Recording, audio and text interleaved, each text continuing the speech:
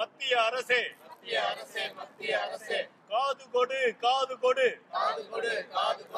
விவசாயிகளின் கோரிக்கைகளுக்கு காது கொடு. தள்ளுபடி செய். விவசாய கடன்களை தள்ளுபடி செய்.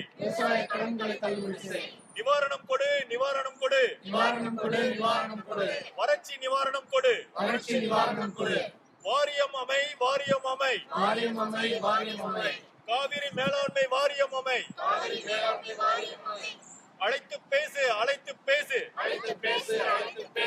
மத்திய அரசே அழைத்து பேசு. போராடும் விவசாயிகளை அழைத்து பேசு. இதை பார்க்கும் அன்பர்கள் அனைவருக்கும் வணக்கம். நாங்க அமெரிக்காவில் உள்ள முதல் மாநிலம் டெலோர் மாநிலத்திலிருந்து தமிழ் அன்பர்கள் இங்க பேசுறோம். உங்க எல்லாருக்கும் தெரியும், தமிழ்நாட்டில் கடந்த ஒரு சில மாதங்களாகவே பலதரப்பட்ட தமிழர்களின் வாழ்வாதார பிரச்சனைகளுக்காக போராட்டம் நடந்து கொண்டிருக்கிறது. ஆரம்பத்தில் ஜல்லிக்கட்டு ஆரம்பிச்சது, அதன் பிறகு நெடுவாசல், ஹைட்ரோ கார்பன், அதன் பிறகு மீனவர் பிரச்சனை. இந்த பிரச்சனை இன்னும் நெடுவாசலும் மீனவர் பிரச்சனை இன்னும் நடந்து கொண்டிருக்கு. இதே நேரத்தில் இப்போ டெல்லியில நம்மளுடைய தமிழக விவசாயிகள், உங்களுக்கு தெரிஞ்சிருக்கும், இதுவரைக்கும் பல ஆண்டுகளாக தமிழகம் காணாத ஒரு பெரிய வறட்சி தமிழகத்தில் தலைவிரித்தாடுது. அந்த வறட்சியின் காரணமாக விவசாயிகள் விவசாயம் இல்லாமல் அவர்கள் எந்த ஒரு பலனும் இல்லாமல் ரொம்ப கஷ்டப்பட்டு இருக்காங்க. விவசாயம் எல்லாம் படுத்து போச்சு.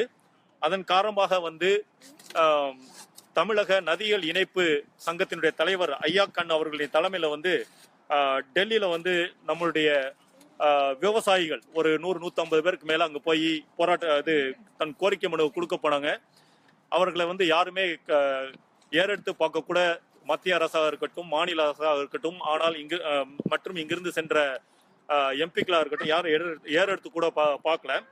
அவர்களை பார்த்தீங்கன்னா டெல்லியில தமிழக விவசாயிகள் குளிர், பனி அதெல்லாம் பொருட்படுத்தாமல் ஏற்கனவே இறந்து போன விவசாயிகள் மண்டையோடுகள்லாம் கையில ஏந்தி பலதரப்பட்ட வகையில் ஒவ்வொரு நாளும் ஒவ்வொரு புது முறையில், ஒரு நாள் மண்டையோடு, இன்னொரு நாள் பார்த்தீங்கன்னா அரை நிர்வாண போராட்டம், இன்னொரு நாள் தெருவில் படுத்து, இப்படி ரொம்ப கஷ்டப்பட்டு தங்களுடைய போராட்டங்களை நடத்திட்டு இருக்காங்க. அவர்களுக்கு ஆதரவு கொடுக்கறதுக்குன்னு யாருமே கிடையாது.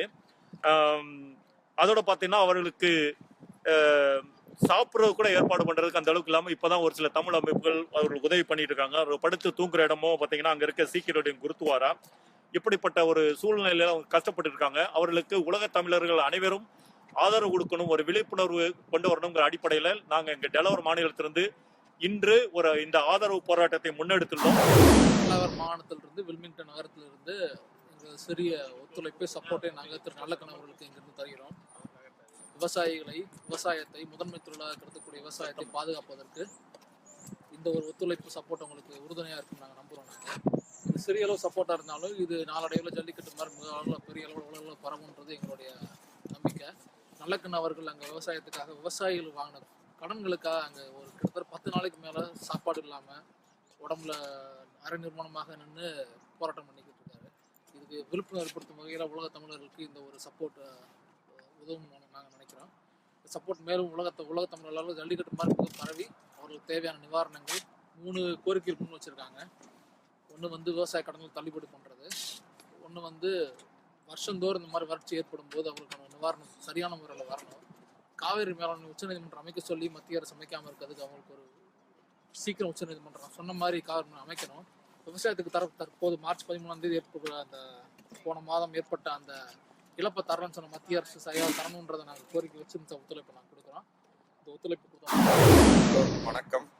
இந்த பிரச்சனை விவசாயிகள் பிரச்சனை போங்கிறது இல்லைங்க. ரொம்ப வருடங்களாக, பல வருடங்களாக, 10-15 வருடங்களாக இது நடந்து கொண்டு தான் இருக்கிறது. ஒவ்வொரு வருடமும் என்ன அப்படிங்கும்போது நமக்கு மழை இல்லாத போதோ, காவிரி தண்ணி வராத போதோ தான் இதை பற்றி பேசுகிறாங்க. எல்லா கவர்மெண்ட்டும் பேசுகிறாங்க, நாங்கள் சொல்யூஷன் பண்ணி கொடுக்குறோம் அப்படிங்கிறாங்க. மத்திய அரசும் சரி, மாநில அரசும் சரி. பட் ஆனால் எந்த பர்மனன்ட் சொல்யூஷனும் கிடையாது. ஒவ்வொரு வருடமும் அவங்க இந்த சஃபரிங் இருந்துகிட்டே தான் இருக்காங்க. இது 3-4 மாதங்களுக்கு முன்னால் இது பெரிய பிரச்சனையாக தற்கொலைகள்லாம் நிறைய நடந்ததுங்க. பட் இப்போ என்ன அப்படின்னா அதை பற்றி இப்போ எல்லாரும் மறந்துட்டாங்க. அடுத்த பரபரப்பான அரசியல் சூழ்நிலைகள், அவங்க சுய நலங்களுக்கு அவசரம் இதெல்லாம் மறந்துட்டாங்க. பட் இது பர்மனெண்ட்டாக ஒரு சொல்யூஷன் கொடுக்கணும். அதான் எங்க வேணும். இது இதுக்கு முன்னாடி கேள்விப்பட்டிருக்கோம், இந்த மாதிரி விவசாயிகள் எலிக்கறி சாப்பிட்டு இருந்திருக்காங்க அப்படின்னு சொல்லிட்டு. ஆனால் இப்போ அவங்க கலெக்டர் ஆஃபீஸ் முன்னாடி வந்து செத்த எலியை வாயில் வச்சுட்டு போராடுறதும், இப்போ இறந்த விவசாயிகளோட மண்டை ஓட்டை வச்சுட்டு போராடுறதும், இது இந்த அவலத்தை எங்கே போய் சொல்கிறதுனே தெரியல. ரொம்ப அந்த வீடியோலாம் பார்க்கவே முடியல. இது வந்து இந்த சீனியர் எக்கானமிஸ்ட் ஒருத்தர் ஜெயரஞ்சன் சொல்லிட்டு அவர் சொல்லியிருந்தாரு, இந்த மாதிரி it's last straw on camels பேக்னு சொன்னார். இந்த மாதிரி தொடர்ந்து வர்ற பிரச்சனை தான், இன்னைக்கு வந்த பிரச்சனை கிடையாது. இது தொடர்ந்து தண்ணி இல்லாமல், மழை இல்லாமல், அப்புறம் டிமானிட்டைசேஷன், இந்த மாதிரி பல பிரச்சனைகளை தாண்டி தான் வந்து இந்த மாதிரி நடந்துகிட்டு இருக்கு அப்படிங்கிறது தான் வந்து கருத்து. இது வந்து ஜல்லிக்கட்டு பிரச்சனை முன்னாடியே நடந்த பிரச்சனை இது. ஸோ இதுக்கு வந்து ஸ்டேட் கவர்மெண்ட், சென்ட்ரல் கவர்மெண்ட் ரெண்டு பேரும் இதோட பெர்மனன்ட் சொல்யூஷன் கொடுக்கணுங்கிறதா ரொம்ப முக்கியம். வறட்சி நிவாரண நிதிங்கிறது இப்போ உடனே இது கொடுக்கணும். பட் இது பர்மனெண்ட்டாக அடுத்தது என்ன பண்ணணுங்கிறது கவர்மெண்ட்ஸ் தான் வந்து அடுத்த ஸ்டெப் எடுக்கணும். நாங்கள் வந்து இங்கே டெலாவரில் வந்து முதல் முறையாக இந்த ஃபார்மர்ஸ் போராட்டத்துக்காக நம்ம வந்து நாங்கள் போராடிட்டு இருக்கோம். இப்போ நம்ம சப்போர்ட் கொடுத்துட்ருக்கோம். தமிழ்நாட்டில் ஏகப்பட்ட பிரச்சனைகள் நடந்துகிட்ருக்கு. துரைக்கண்ணன் சொன்ன மாதிரி, மற்ற பல மக்கள் சொன்ன மாதிரி, பல நண்பர்கள் சொன்ன மாதிரி ஏகப்பட்ட பிரச்சனைகள் நடந்துகிட்ருக்கு. பட் நம்ம ஊரில் பார்த்தீங்கன்னா சட்டசபையிலையும் அங்கேயும் அடிச்சுட்டு இந்த மாதிரி நம்ம எம்எல்ஏக்கள் யாரும் நமக்காக சப்போர்ட் இதுவரை எந்த அளவுக்கு பண்ண மாதிரி தெரியல. அதே மாதிரி கிட்டத்தட்ட 5-6 நாள் ஆச்சு நம்ம தமிழ்நாடு ஃபார்மர்ஸ் வந்து அங்கே டெல்லியில் வந்து வெறும் ரோட்லேயும் தெருவுலையும் அங்கே படுத்துட்டு குளிரில் வந்து ரொம்ப கஷ்டப்பட்டுட்டு எலும்பு கூடு இந்த மாதிரி பல விஷயங்கள் ஒவ்வொரு நாளும் ஒவ்வொரு கட்டத்தை நோக்கி போயிட்டு இருக்காங்க. பட் அப்போ கூட இருக்கிற 50 எம்எல்ஏ எம்பிக்கள் வந்து யாரும் இதுவரையும் பேசுகிற மாதிரி எந்த ஒரு நிகழ்வும் நமக்கு தெரியல. அதே மாதிரி எதிர்கட்சியிலேருந்து யாரும் பேசுன மாதிரி தெரியல. ஸோ இப்போ இதுக்கு வந்து ஏதாவது கண்டிப்பாக ஒரு தீர்வு இருக்கணும். பட் நாங்கள் அவங்களுக்காக இங்கேருந்து சப்போர்ட் பண்ணுவோம் கண்டிப்பாக.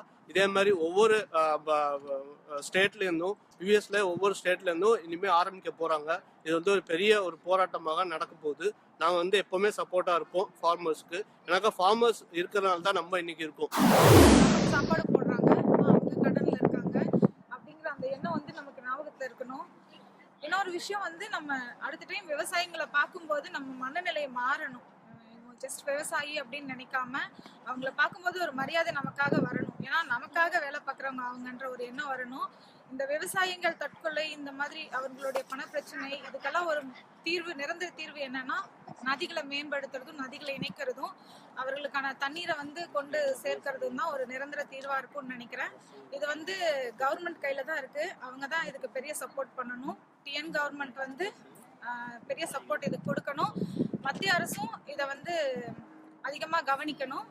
மக்கள் மனநிலையும் மாறணும். நீங்களும் விவசாயிகளுக்கும் உங்களோட சப்போர்ட்டை கொடுக்குற விதமா உங்களோட போராட்டங்களை அங்கங்கே தொடங்கணும்னு வேண்டி கேட்டோம். தமிழ்நாட்டில் இருக்கிற விவசாயிகள்லாம் வந்து தொடர்ந்து பாதிக்கப்பட்டுட்டே இருக்காங்க. தண்ணீர் பிரச்சனையாக இருக்கட்டும், காவிரி பிரச்சனையாக இருக்கட்டும், கடன் பிரச்சனை, வறட்சி, ஹைட்ரோ கார்பன், இந்த மாதிரி எல்லா நேச்சுரல் பிரச்சனை, அரசியல் ப்ராப்ளங்கள், இதனால வந்து நமக்கு சாப்பாடு போடுற விவசாயிகள் வந்து பாதிக்கப்படுறாங்க. அவங்க நம்ம அவங்களுக்காக போராடணும். அந்த நிலைமையில தான் நாம இருக்கணும். ஆனா அவங்களுக்காக அவங்களே போராடி நம்மளுக்காக சாப்பாடு போட்டு இருக்காங்க. ஸோ அவங்களுக்கு நம்மளுடைய சப்போர்ட், நம்மளுடைய ஆதரவு எப்பவுமே கொடுத்துட்டு இருக்கணும்.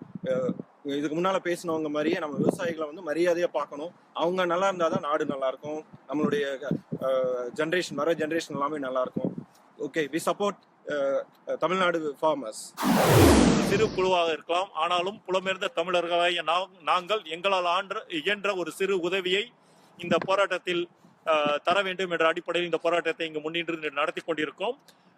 இதை பார்க்கும் அனைவரும் உங்கள் பகுதிகளிலும் இது போன்று உலகமெங்கும் தமிழர்களை வேண்டி கேட்டுக்கொள்வது, நீங்களும் இந்த மாதிரியான ஒரு போராட்டத்தை முன்னெடுங்கள். எவ்வாறு ஜல்லிக்கட்டுக்கு போராட்டத்தை முன்னெடுத்தீர்களோ அதே போல் முன்னெடுங்கள்.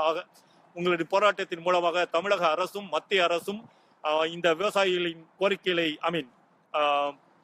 போராட்டத்தின் வலுக்கரமாக இந்த விவசாயிகளை சந்தித்து பேசி அவருடைய கோரிக்கைகளான வறட்சி நிவாரண நிதி, கடன் தள்ளுபடி, காவிரி மேலாண்மை வாரியம் அமைத்தல் ஆகியவற்றை செய்வார்கள் என்று நாம் நம்புவோம். அதற்காக உங்கள் போராட்டங்களை எல்லா இடங்களும் தொடருங்கள். நன்றி நண்பர்களே.